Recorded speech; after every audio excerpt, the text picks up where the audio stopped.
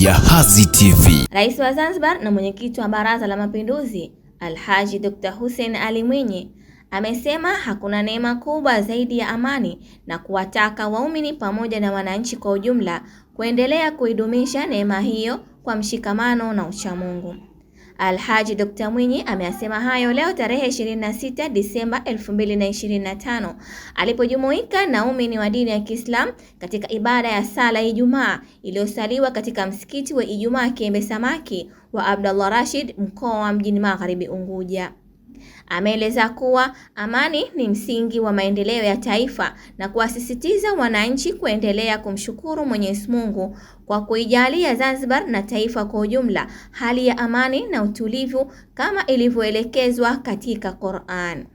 Aidha, Alhaji Dr. Mwinyi amewakumbusha waumini wa dini ya Kiislamu kuongeza ibada, kumcha Mwenyezi Mungu na kuimarisha maadili katika kipindi hiki muhimu cha mwezi mtukufu wa Rajab. Alhaji Rais Dr. Mwinyi ameendelea na utaratibu wake wa kujumuika na waumini wa dini ya Kiislamu kwa kusali sala ya Ijumaa katika misikiti mbalimbali hapa nchini.